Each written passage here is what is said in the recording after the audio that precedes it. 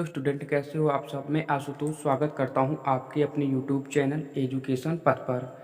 Student, हमने पिछले video में डाल्टन का परमाणु सिद्धांत और आधुनिक परमाणुवाद को डिटेल से डिस्कस किया था। स्टूडेंट, आज हम इस वीडियो में जो आपके परमाणु होते हैं उनकी जो मूल कण है, यानी कि जो आपके इलेक्ट्रॉन, प्रोटॉन और न्यूट्रॉन होते हैं, उनके बारे में हम डिटेल से इस वीडियो में डिस्कस करने वाले हैं।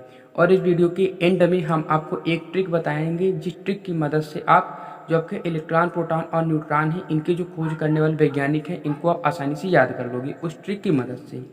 तो आइए स्टूडेंट, चलते हैं हम सीधे आज के अपने टॉपिक की तरफ, अपने टाइम को ना वेस्ट करते हुए। देखिए स्टूडेंट, जो आपके परमाणु के मूल कण हैं, यानी कि fundamental particles of an atom, तो स्टूडेंट इसको समझने के पहले हम आपको ले चलते हैं जो आपके पिछले वीडियोस थे, पिछले लेक्चर्स हैं, उसकी तरफ आपको एक बार हम रिवाइज कराते हैं।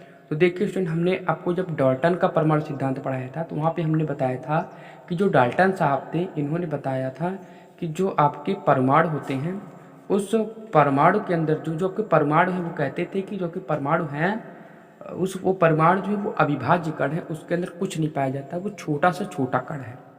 ठीक है, वो सूक्ष्मतम से सूक्ष्मतम कण है, उसके अंदर कुछ नहीं पाया जाता, वो एक अविभाज्य कण है। इस बात को बताए थे डाल्टन साहब। लेकिन फिर जब आपने आधुनिक परमाणुवाद पढ़ा तो वहाँ पे हमने आपको बताया कि आधुनिक परमाणुवाद में लिखा गया है कि जो आपके परमाणु है, परमाणु के अंदर भी कुछ पाया जा रहा है। ठीक है, जैसे आपके इलेक्ट्रॉन हो गया, प्रोटॉन हो गया, न्यूट्रॉन हो गया, ये सारी चीज़ें आपके परमाणु के अंदर भी पाया जाता है, जिसे ही हम परमाणु के मूल कण कहते हैं। ठीक है, मतलब कहने का क्वेश्चन, जो आपके परमाणु है, परमाणु के अंदर कुछ कण पाए जा रहे हैं, जैसे इलेक्ट्रॉन, प्रोटॉन और न्यूट्रॉन, इसे ही हम कहते हैं परमाणु का मूल कण। तो जो आज हम इस वीडियो में जो आपके परमाणु के मूल कण हैं, यानी कि fundamental particles of an atom की, उनको हम एक एक करके इस वीडियो में डिटेल से डिस्कस करेंगे। तो आइए स्टूडेंट, टाइम न वेस्ट करते हुए हम चलते हैं सीधे आज के अपने टॉपिक की तरफ, एक एक करके इनको समझते हैं। तो स्टूडेंट, आप बने रहिए हमारे साथ वीडियो में एंड तक वीडियो को बिना स्किप करिए, कॉपी पेन लेके इसे लिखिए।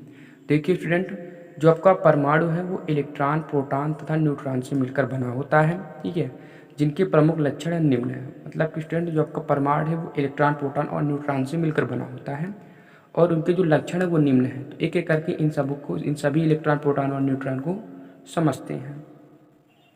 देखिए, पहला है आपका इलेक्ट्रॉन, है ना। अब देखिए इलेक्ट्रॉन क्या है। यह परमाणु का अत्यंत छोटा कण है। ठीक है, इसकी खोज जे थॉम्सन ने 1897 ईस्वी में की थी। इलेक्ट्रॉन की जो खोज है, इसे जे थॉम्सन ने सन 1897 ईस्वी में की थी। आगे देखते हैं, इस कण पर, यानी जो आपका इलेक्ट्रॉन होता है, इलेक्ट्रॉन पर 1.6 गुणे 10 की घात -19 कूलाम ऋणावेश होता है। अर्थात आप कह सकते हैं उस पर एक इकाई ऋणावेश होता है, यानी कि एक जो है, एक 1 माइनस जो है इस पर चार्ज होता है। ठीक है स्टूडेंट, या इसी को आप बोल सकते हो 1 यूनिट ऋणावेश होता है, या आप बोल सकते हो एक इस पर माइनस चार्ज होता है आपके इलेक्ट्रॉन पर। ठीक है, आगे देखते हैं, जो आपका इलेक्ट्रॉन है, इलेक्ट्रॉन का भार जो है स्टूडेंट, वो हाइड्रोजन के भार का 1/1837वां भाग होता है। ठीक है स्टूडेंट, अर्थात 9.1 गुणे 10 की घात -31 किलोग्राम होता है आपके इलेक्ट्रॉन का भार। ठीक है स्टूडेंट, ये आपको पता होना चाहिए। अब आगे देखते हैं, ये जो आपका इलेक्ट्रॉन है ना, इसे हम इस तरह से प्रदर्शित करते हैं। ठीक है, आप ए लिख देते हो और ऊपर एक माइनस लगा देते हो, क्योंकि अभी आपने देखा कि इस पर इकाई ऋणावेश होता है। ठीक है, मतलब कि -1 चार्ज होता है, इसलिए आप ऊपर एक 1 माइनस लिख देते हो, मतलब बना देते हो, एक माइनस का साइन आप बना देते हो इलेक्ट्रॉन के ऊपर। तो आप इस तरीके से आप इलेक्ट्रॉन को प्रदर्शित करते हो। तो आई होप स्टूडेंट, आपको इलेक्ट्रॉन जो है अच्छे से समझ में आ गया होगा। अब हम आगे देखेंगे जो आपके प्रोटॉन है वो क्या चीज़ है। देखिए स्टूडेंट, जो आपके प्रोटॉन है ना, यह परमाणु का अति सूक्ष्म धनावेशित कण है। ठीक है, ये जो है आपका इलेक्ट्रॉन भी जो है वो भी परमाणु का जो है अति सूक्ष्म, वो ऋणावेशित कण था। लेकिन जो आपका प्रोटॉन है स्टूडेंट, ये परमाणु का अति सूक्ष्म धनावेशित कण है। वो ऋणावेशित कण था, ये धनावेशित कण है। ठीक है, दोनों ही छोटे छोटे हैं, मतलब दोनों ही अति सूक्ष्म हैं, बट वो जो है आपका ऋणावेशित कण था और प्रोटॉन आपका धनावेशित कण है। और जो प्रोटॉन है ना, इस पर जो है एक, यानी कि 1.9 गुणे 10 की घात -19, यानी कि 1 कूलाम धनावेश जो है इस पर होता है। उस पर आपने क्या देखा था, एक जो है धनात्मक था। ठीक है, उसमें आपने क्या देखा था इलेक्ट्रॉन में कि एक ऋणात्मक साइन था, मतलब एक ऋणात्मक चार्ज था, वन माइनस चार्ज था, लेकिन इस पर एक प्लस चार्ज होता है, किस पे, आपके प्रोटॉन पे। ठीक है, या लिखा गया यहाँ पे एक कूलम्ब धनावेश होता है। और आगे स्टूडेंट इसकी खोज जो है रदरफोर्ड द्वारा 1919 ईस्वी में किया गया था। जो आपका प्रोटॉन है इसकी खोज रदरफोर्ड नाम के साइंटिस्ट थे, इन्होंने सन 1919 ईस्वी में किया था। इसका जो भार होता है स्टूडेंट वो हाइड्रोजन के परमाणु भार के लगभग बराबर होता है। ठीक है, आपको पता होना चाहिए कि जो आपका हाइड्रोजन है उसका परमाणु भार 1 होता है, तो इसका जो भार होता है, मतलब कि प्रोटॉन का जो भार है वो भी जो है लगभग हाइड्रोजन के परमाणु भार के बराबर होगा, यानी वो भी लगभग 1 ही होता है। आगे देखते हैं स्टूडेंट, इसे P या 1H1 से प्रदर्शित करते हैं। ठीक है स्टूडेंट, आपका प्रोटॉन को हम P से या आप 1H1 से भी प्रदर्शित करते हो प्रोटॉन को। तो आई होप स्टूडेंट आपको प्रोटॉन जो है अच्छे से समझ में आ गया होगा। अब हम आगे देखते हैं जो अगला मूल कारण है, यानी कि जो आपका न्यूट्रॉन होता है वो क्या चीज़ है। देखिए स्टूडेंट, देखिए जो आपका न्यूट्रॉन है, न्यूट्रॉन भी परमाणु का एक अनिवार्य घटक है। ठीक है, जिस तरह से आपका इलेक्ट्रॉन और प्रोटॉन आपके परमाणु के अंदर पाया जाता है, उसी तरह से न्यूट्रॉन भी एक सूक्ष्मतम कण है, वो भी परमाणु के अंदर ही पाया जाता है। तो आप कह सकते हो स्टूडेंट कि जो आपका न्यूट्रॉन है वो भी परमाणु का एक अनिवार्य घटक है। यह कण जो है विद्युत उदासीन होता है। ठीक है स्टूडेंट, मतलब कि इस पर कोई चार्ज नहीं होता। इलेक्ट्रॉन पर आपका माइनस चार्ज था, प्रोटॉन पे प्लस था, लेकिन न्यूट्रॉन जो है वो न्यूट्रल होता है, यानी वो विद्युत उदासीन होता है, उस पर कोई भी चार्ज नहीं होता। ठीक है, मतलब आगे लिखा है देखिए, अर्थात इस कण पर जो है कोई आवेश नहीं होता, ना तो धनात्मक आवेश होता है ना तो कोई ऋणात्मक आवेश होता है। आगे स्टूडेंट इसकी खोज जो है चैडविक ने किया था। ठीक है स्टूडेंट, मतलब आपका जो न्यूट्रॉन है उसको खोज करने वाले साइंटिस्ट आपके चैडविक हैं, और इसे आप स्मॉल एन से प्रदर्शित करते हो स्टूडेंट। ठीक है, न्यूट्रॉन को आप स्मॉल एन से प्रदर्शित करते हो। आगे है स्टूडेंट, जो आपका न्यूट्रॉन है इसका जो द्रव्यमान होता है वो है 1.6750 गुणित 10 की पावर माइनस 27 किलोग्राम। ये आपका न्यूट्रॉन का द्रव्यमान होता है। अर्थात आप कह सकते हो इसका भी जो भार होता है, मतलब इसका जो द्रव्यमान है इसका, वो भी जो है हाइड्रोजन के परमाणु भार के लगभग बराबर होता है। आपका प्रोटॉन का भी जो भार था वो भी हाइड्रोजन के परमाणु भार के लगभग बराबर था, और इसका भी जो भार है, यानी इसका जो द्रव्यमान है वो जो है हाइड्रोजन के परमाणु भार के लगभग बराबर होता है। लगभग बराबर होता है स्टूडेंट, याद रखिएगा, एग्जैक्ट बराबर नहीं होगा, लगभग बराबर होगा। मतलब 2-4 पॉइंट आगे पीछे हो सकता है, लेकिन लगभग 1 ही रहेगा, वो दशमलव में आगे पीछे जाता है। ठीक है, तो वो लगभग 1 के आसपास ही रहेगा, तो हम मान लेते हैं कि लगभग हाइड्रोजन के परमाणु भार के बराबर होता है। अब आगे स्टूडेंट, अब आपको मैं एक टेबल बताएंगे छोटा सा, इस टेबल की मदद से आप इलेक्ट्रॉन, प्रोटॉन और न्यूट्रॉन को समझने में आपको थोड़ी सी आसानी हो जाएगी।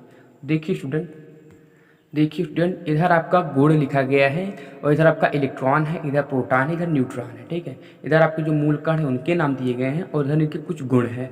तो जो आपका आवेश होता है स्टूडेंट, यानी कि आवेश को अंग्रेजी में आप चार्ज बोलते हो। ठीक है, तो आवेश यानी कि जो चार्ज है, इलेक्ट्रॉन पर कितना चार्ज होता है, तो आप यहाँ से याद कर सकते हो, माइनस, इलेक्ट्रॉन पर माइनस होता है, हमने अभी आपको बताया था। तो इलेक्ट्रॉन पर -1.602 गुणित 10 की पावर -19, ठीक है, कूलाम होता है ना, कूलाम में आप लिखते थे। कूलाम जो है धनावेश होता है किस पर, इलेक्ट्रॉन पर, और जो आपका प्रोटॉन है इस पर स्टूडेंट प्लस होता है ना, आपको हमने बताया था अभी। तो प्रोटॉन पर प्लस 1.602 गुणित 10 की घात -19 इस पर जो है चार्ज होता है। और वही जो न्यूट्रॉन है स्टूडेंट वो आपका न्यूट्रल होता है, इस पर ना तो कोई प्लस चार्ज होता है ना तो इस पर कोई माइनस चार्ज होता है, मतलब ये न्यूट्रल होता है, इस पर कोई कूलाम वगैरह कुछ भी नहीं होता। ठीक है, कोई धनावेश वगैरह ना तो इस पर कोई ऋणावेश होता है, ये न्यूट्रल होता है, उदासीन होता है। आगे देखते हैं जो आवेश संख्या स्टूडेंट, इलेक्ट्रॉन पर -1 आवेश होता है, हमने आपको बताया था। प्रोटॉन पर +1 आवेश होता है, हमने ये भी बताया था। जो आपका न्यूट्रॉन, इस पर कोई आवेश नहीं होता है। ठीक है ना, तो इस पर भाई जब ये न्यूट्रल है, ना प्लस है ना माइनस है, तो दोनों नहीं है, तो क्या होगा, ये 0 होगा, इस पर कोई जो है आवेश नहीं होगा। आगे इसका भार देखते हैं स्टूडेंट, इसका जो आपका इलेक्ट्रॉन का भार है वो होता है 9.1 गुणित 10 की पावर -31 किलोग्राम होता है आपका इलेक्ट्रॉन का भार।